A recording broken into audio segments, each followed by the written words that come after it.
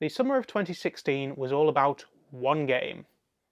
Well, actually that's not strictly true, there were loads, but none gained such widespread adoption as Pokemon Go. And while it may have died down pretty quickly, there was a brief but glorious time when it seemed like the whole world and its grandmother was playing. And for some gamers that led more sedentary, housebound lives, it meant that they, like everybody else, was out and about meeting people and playing together, even if it was a bit overhyped and did go overboard sometimes. But strip away the nostalgia glasses and the game had already been done before, and arguably done better.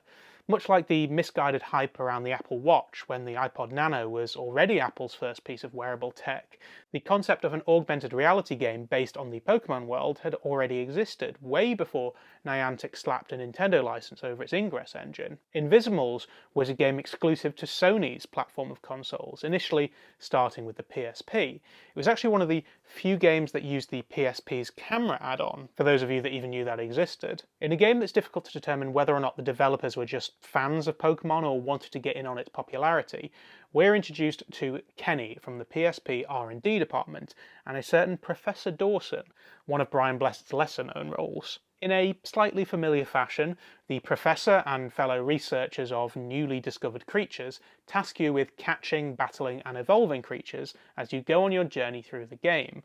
But instead of being an RPG, instead the narrative of the game is driven through a series of video cutscenes. You'll be introduced to new clubs and battle its trainers before taking on a boss. Just like Pokemon.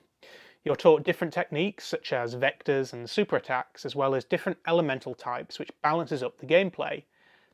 Just like Pokemon. Each Invisimal has three forms, a pup form, a cult form, and a max form. The way to make your way up to max form is to battle to level up your Invisimal and evolve, or more like metamorphosize them, into their next form. Just like, okay, you see where I'm going with this. But Invisimal's USP was that it used the PSP camera to project the Invisimal into an augmented reality. After all, these are Invizimals, or invisible animals. Certain colours can produce different Invizimals to spawn. If you're being lazy, you can just pop a different coloured object in front of the lens. But of course the intention of this game was for you to take it outside and catch these creatures by searching around with your PSP, although personally I found the PSP's camera to really struggle in daylight, at least with the first game anyway.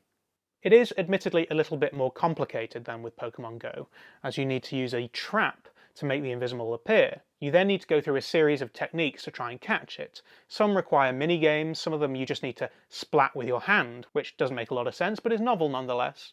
But despite winning numerous awards, you get the feeling that Invizimals never really took off as a franchise, at least not as much as it clearly had the potential to. But that's not to say that Sony and the developers gave up on it. Oh no.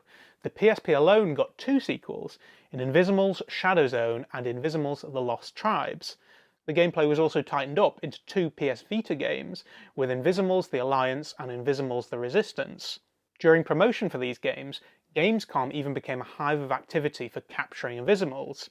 You know, like Pokemon Go did. There was even a console version whereby the character is digitized into the Invizimals world and the game becomes more of a puzzle platformer with RPG elements. It also offered some crossplay with the PS Vita games. But that's not all. There was also a Netflix TV series that in itself contained augmented reality elements, as QR-style codes would appear throughout the narrative of an episode that when scanned with the PS Vita or a smartphone would unlock content in the TV Tracker app or the Invizimals Alliance game, usually in relation to an Invisimal that has just appeared in the show. Although at least in the app, once they burst their way out of the TV and they're caught, you can only really watch them battle rather than actually battling with them yourself. Now what would a franchise like this be without its own trading card game? And there is a deep trading card game that, again, comes with its own augmented reality elements, including a, well, let's face it, turns your phone or tablet into a Pokédex. Now I realise that Invizimals obviously has its own small but loyal following, but despite its closeness to Pokemon and to Digimon too, it's never really achieved the same levels of success, which is a shame considering that the games were actually quite technologically advanced, and they were fun too, even if the early ones were a little bit clunky. But then again, you don't see any of the Japanese rivals coming up with something like a tiger shark, now do you?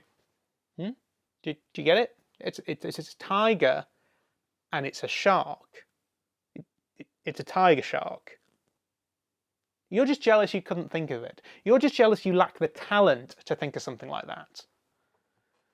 although technically there is also one that is essentially called Ku Klux Klan, but we'll just gloss over that one.